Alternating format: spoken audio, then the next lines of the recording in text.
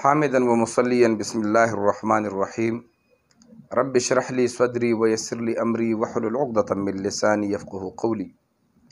ګرانو قدرمنو کتونکو السلام علیکم ورحمت الله وبرکاتو.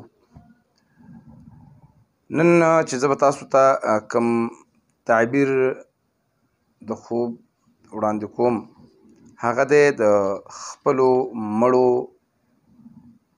په خوب کې لیدل.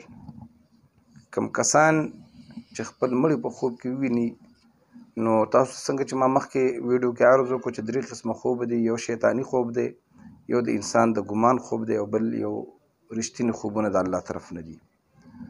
نو که چېرته یو سړي د دې خپلو مړو باره کې که تازه مړو او هغه د هغې باره کې سوچونه یې کول او پریشان و خوب کې ورغی، خو بیا څه خبره نشته. خو بعضې وخت کې سړی بالکل څوک یې ذهن کې هم نه وي او هغه خپل مړي ورته په خوب کې راشي، نو هغې باره کې چې کوم دی زه تاسو ته یو څو خبرې کوم.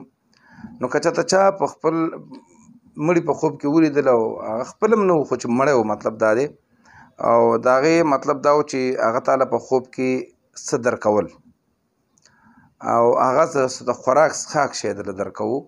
چا مړی په خوب کې ولیدو مړو او هغه په خوب کې د ولیدو چې دله د خوراک څښاک شی ورکوو، نو د دې مطلب دا دی چې انشاءالله العزیز دته به خیر او برکت میلاویږي. هغه خیر او برکت د دنیا هم کیدی شي او د آخرت هم کیدی شي.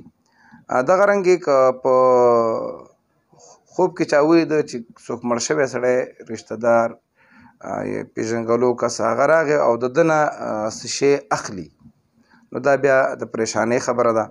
د دې داسې خوب کتلو نه پس توبه او استغفار او صدقه ورکول دا ډېر ضروري دي.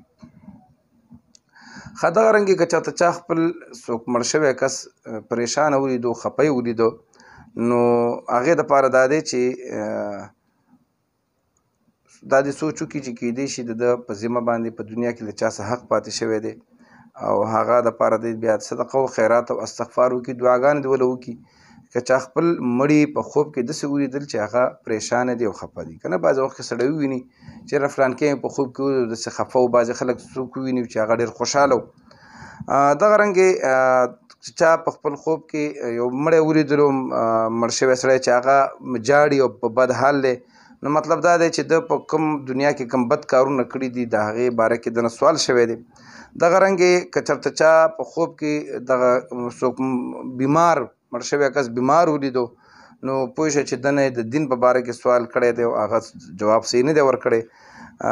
دغه رنګې د چا چې کوم دی که چېرته چا په خوب کې څوک دغه شان مړی ولیدلو چې هغه په سر درد نه هغه جاړي او سر درد نه پریشانه دی، نو دا چې کوم دی پوه شه چې ده په دنیا کې تکبر کړی دی او تکبر په باره کې دنه سوال شوی دی او د هغې کې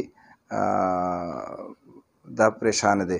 دغه رنګې که چېرته چا څوک ولیدل چې د مړي سره لکه د مړ کس سره، مطلب دا دی نه چې مثال خامخا دا سړی دی کفن کې پروت یو مړی دی وي، دا سړی مړ دی او د ورسره جماع کړی ده، کوروالی ورسره کړی دی او منی خارج شوي دي، دا مثال به د غسل واجب شوی دی، نو کوم غسل پې واجب شو خو بیا خو د هغې هېڅ مطلب نشته دی.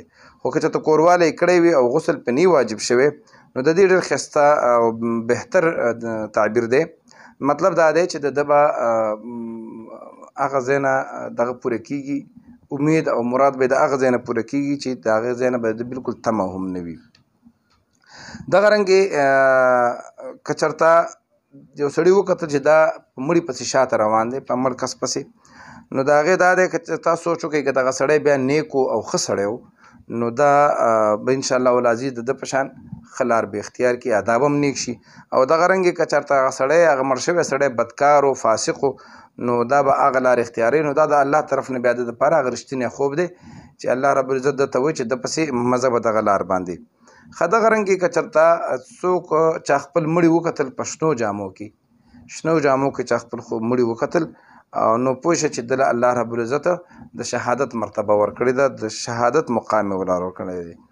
دغه رنګې سپینې جامو کې که چا خپل مړي وکتل، نو د هغه دا کار دی چې دا به نیک او ښه درجه کې دي.